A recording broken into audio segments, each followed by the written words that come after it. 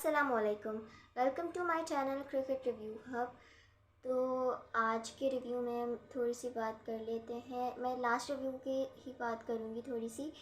उसमें मेरे कुछ पॉइंट्स रह गए थे जो कि हाईलाइट करने थे। तो पहला पॉइंट ये था कि साइम अयूब को काफ़ी जल्दी इंटरनेशनली खिलाने लगे, पर उसको थोड़ा सा 6 मंथ्स और देखना चाहिए था उसकी परफॉर्मेंस। उसके बाद उसको लाना चाहिए था। उसकी परफॉर्मेंस बहुत बुरी नहीं थी इस सीरीज़ में, बेहतर थी, like it was not bad. उसने एक मैच में 28 रन्स और 8 बॉल पे किया था, काफ़ी अच्छी वो थी। लक उसकी साइड पे नहीं थी उस दिन, तो इसलिए वो रन आउट हो गया। और थोड़ी सी बात करते हैं मोहम्मद हारिस की। मोहम्मद हारिस को जो ड्रॉप किया गया है टीम से, मुझे नहीं पता किस बेसिस पे ड्रॉप किया हुआ है। उसने तो इतने कम मैचेस खेले हैं और उसके बाद भी उसको ड्रॉप कर दिया गया। और मुझे पता नहीं है क्यों ड्रॉप किया उसको। उसको चेक करना चाहिए था, ही इज़ अ यंगस्टर। और बाबर और रिजवान को ड्रॉप करना चाहिए था, किसी एक को ड्रॉप करना चाहिए था। थोड़ा सा रेस्ट दे देना चाहिए था, 1 या 2 मैचेस ही रेस्ट दे देते, सीरीज़ ना देते रेस्ट पूरा, 1-2 मैचेस ही रेस्ट दे देते, पर दे सकते थे। और साइम अयूब को चांस मिलना चाहिए था। और फ़खर, और रही बात मोहम्मद हफीज़ के वो कहने की कि सीनियर प्लेयर को कभी रेस्ट नहीं दिया जाता, तो Fakhar is a senior player, तो वो क्यों है टीम में? वो भी तो बैक कर सकता है ना प्लेयर्स को। और थोड़ी सी बात करते हैं शाहीन की कैप्टनसी की। तो Shaheen was very clueless on the series. बिल्कुल वो क्लूलेस हो गया था सीरीज़ में। उसको समझ नहीं आ रहा था, जब उसका कोई बॉलर ज़्यादा उसको रन्स पड़ रहे थे तो वो क्लूलेस हो जाता, तो उसको समझ ही नहीं आता था कि क्या करना है आगे, किस तरह की फील्ड सेटिंग करनी है। सो फील्ड सेटिंग तो बाबर आजम ही कर रहा था, बात तो बाबर आजम ही कर रहा था बॉलर्स से। और अभी भी यही कहूँगी कि हमें एक सीरीज़ से शाहीन को नहीं जज करना चाहिए, थोड़ा सा और देखना चाहिए। ऑब्वियसली पहली सीरीज़ है, पर मैं मुझे बस हंसी आती है ये सोच के कि बाबर आजम को क्यों हटाया गया, कैप्टनसी से क्यों प्रेशराइज़ किया गया, यही कह के ना कि बाबर आजम एक अग्रेसिव कैप्टन नहीं है। तो ये कौन सी अग्रेसिव कैप्टनसी थी कि हम इतने इतने रन से हार रहे हैं। और बात तो बाबर आजम ही कर रहा था बॉलर से, बैक तो उन्हीं को वही कर रहा था, शाहीन भी बात कर रहा था, पर कोई इम्पैक्ट तो नहीं पड़ा। हारे ही हम 4 मैचेस, और उसके बाद सिर्फ एक मैच हम जीते, वो भी बड़े ही कोई लाइक बहुत घसीट घसीट के हम जीते हैं वो मैच भी।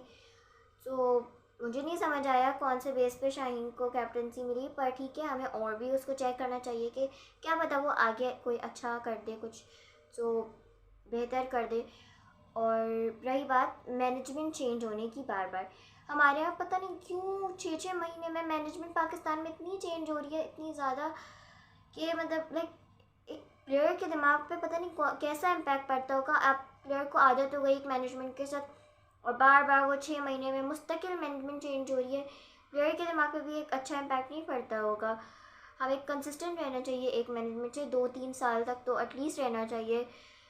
और रही बात कि थोड़ी सी बात कर लेते हैं इंडिया और इंग्लैंड की टेस्ट सीरीज़ की जो चली है। इंडिया ने बहुत अच्छी परफॉर्मेंस की है, इतना मतलब लाइक बहुत ज़बरदस्त परफॉर्मेंस की है। और इंग्लैंड को पता नहीं क्या हुआ है कि सब 64.3 ओवर्स पे कोलैप्स कर गए हैं। इतना बुरा खेला है ना इंग्लैंड ने। सिर्फ जो थोड़ा सा इंटेंट दिखाया है वो बेन स्टोक्स ने ही दिखाया है। उसने 70 रन्स किए हैं, कुछ आई थिंक सो 88 बॉल्स पे किए हैं।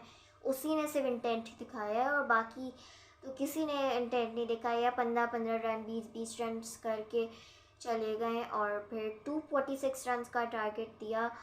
और यशस्वी जायसवाल की थोड़ी सी बात कर लेते हैं। व्हाट अ बैटिंग भाई, उसने इतनी अच्छी बैटिंग की है भाई, मैं तो उसकी फ़ैन हो गई उसकी बैटिंग की, इतनी अच्छी बैटिंग थी उसकी। उसने 76 रन्स बनाए हैं 70 बॉल्स पे, और उसका स्ट्राइक रेट भी बहुत अच्छा था, उसका स्ट्राइक रेट 108 था। और रोहित शर्मा ने भी अच्छी मतलब लाइक बैटिंग की, पर थोड़ा सा डिसअपॉइंटिंग था। काफ़ी फ्लुएंट था वो, इतना जल्दी आउट हो गया। उसने लाइक 24 रन्स किए 20 बॉल्स पे, वो बहुत फ्लुएंटली खेला था, इतना जल्दी आउट हो गया, उम्मीद नहीं थी। और बात करते हैं बॉलर्स की, तो जसप्रीत बुमराह ने भी बहुत अच्छी बॉलिंग की, उसने 2 विकेट्स ली। और बहुत अच्छी इकॉनमी थी उसकी, 3.24 थी। और बात करते हैं जडेजा की। जडेजा ने भी बहुत अच्छी बॉलिंग की, उसने 3 विकेट्स ली और अश्विन ने भी 3 विकेट्स ली। पर जडेजा ने थोड़े से रन ज़्यादा खा लिए, 88 रन खाए, थोड़े से ज़्यादा रन पड़ गए, पर ठीक है। और बात करते हैं थोड़ी सी अक्षर पटेल ने। अक्षर पटेल ने भी, आई एम सॉरी अगर मैं गलत प्रोनाउंस कर रही हूँ, तो अक्षर पटेल ने भी 2 विकेट्स ली। काफ़ी अच्छी इकॉनमी थी उसकी भी, 2.84 थी उसकी economy. And Siraj was wicketless, उसने 4 ओवर में 28 रन खाए। थोड़ा सा डिसअपॉइंटिंग था, मुझे लगा था कि Siraj would take some wickets, पर कोई बात नहीं, काफ़ी जल्दी इंडिया ने आउट कर लिया। और एज अ एशियन मुझे बहुत प्राउड फील हो रहा है कि लाइक इंडिया ने इतना अच्छा खेला, बहुत अच्छा खेला इंडिया ने। और जिनकी बेसबॉल, जिनसे मतलब जिन्होंने बेसबॉल निकाली, उन्हीं को लाइक उन्हीं के गेम में हम लाइक हराया जा रहा है। It was like wonderful. मुझे तो लग रहा है कि इंडिया को काफ़ी अच्छी लीड होगी, बड़ी मार्जिन से लीड होगी।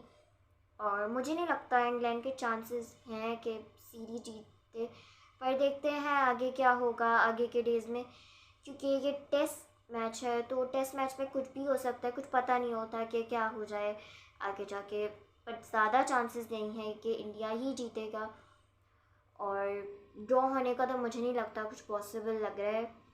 पर बहुत डिसअपॉइंटिंग था इनके, लेकिन इनके बॉलर्स भी इतना अच्छा नहीं। अभी आगे कुछ कह नहीं सकते आगे के ओवर्स में क्या होता है, नेक्स्ट डे क्या होता है, पर इनके बॉलर्स ने इंग्लैंड के बहुत डिसअपॉइंटिंग परफॉर्मेंस दी है।